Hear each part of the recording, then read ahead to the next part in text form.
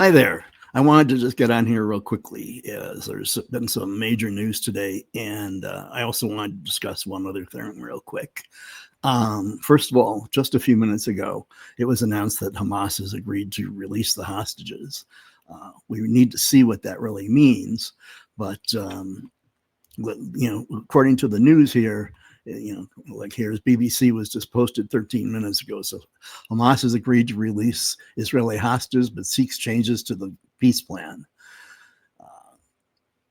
They responded, but seeking further negotiating on a number of key points. In a statement, the movement said it agreed to release the hostages, both living and dead, according to the exchange formula contained in President Trump's proposal. So that means giving up a lot of the people in the Israeli jails, including about 100 that actually committed murder that are in jail in Israel that they're going to release.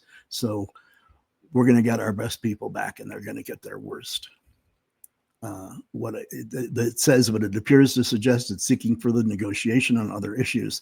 Well, that may be the case, and I don't trust that that's going to work very well. But if they release the hostages, that would be fantastic. If this doesn't quite bring the end to the war, we'll deal with that. But if the hostages are out, that would be fantastic. All right, moving on. I wanted to just mention. I mentioned in another video that I put out today. About Zoran Mandami and how he refuses to denounce the globalizing Intifada rhetoric that's around. He absolutely refuses to denounce it, and he thinks it's fair and it's okay, and he says he's not anti-Semitic, and yet he goes to all the Palestinian marches and anti-Israel marches and all these things, but yet he wants the New Yorkers to believe him that he's a man of peace. I did a Google search this afternoon and to see what he had to say about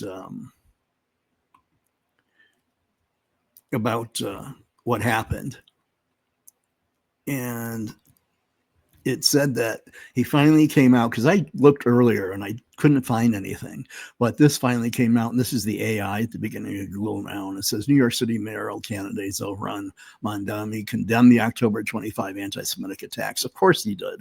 What do you expect from a candidate that's going to do that? As a heinous act, according to reports, his campaign comment on the attacks is followed, or something in here I don't like.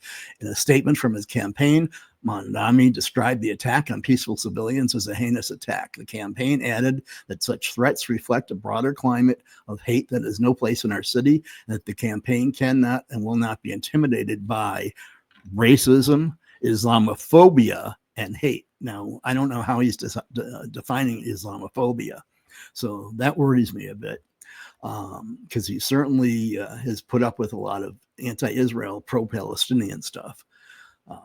Anyway, so I wanted to mention that, because let's talk about what really is an intifada. The only intifadas that have ever happened are Intifada 1, the first intifada, and then the second intifada in Israel from the Palestinians. There's been no other intifada.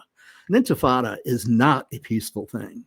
Intifada means that there is going to be chaos and death and stones. And if you remember in Israel, all the bus bombings that were done in Tel Aviv and in Jerusalem, and people stoned and people shot and bombs going off in the middle of the streets, that was the Intifada. For this man who claims he is a man of peace to not be willing to condemn globalizing Intifada is disgusting.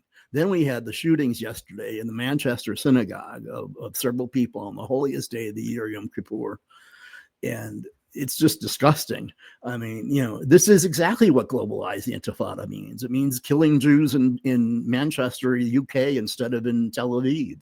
It's going to mean killing Jews in other places in the world. This is exactly what it means. This is what he's supporting. This is why I'm saying that no Jew should be supporting this man whatsoever. And if you are, then you've got to do your research, because this man should, if nothing else, should be condemning globalizing Intifada. Absolutely. There's just not even a question about it. So if he's pro-Palestinian, fine. I understand that. He's a Muslim, but I don't agree with his refusal to condemn this, because all it means is violence, and that's not what we need. So just wanted to come back. I just wanted to hop on here real quick and make that point. And I hope that you will share this video with other people so they can also hear what I had to say.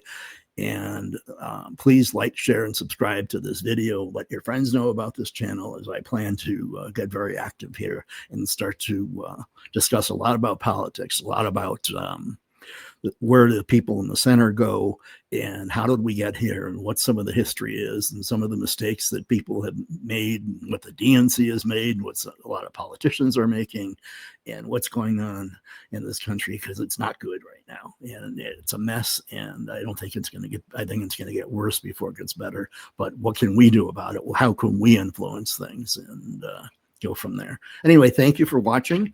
Again, please like, subscribe, and share it. And I'll see you on the next one.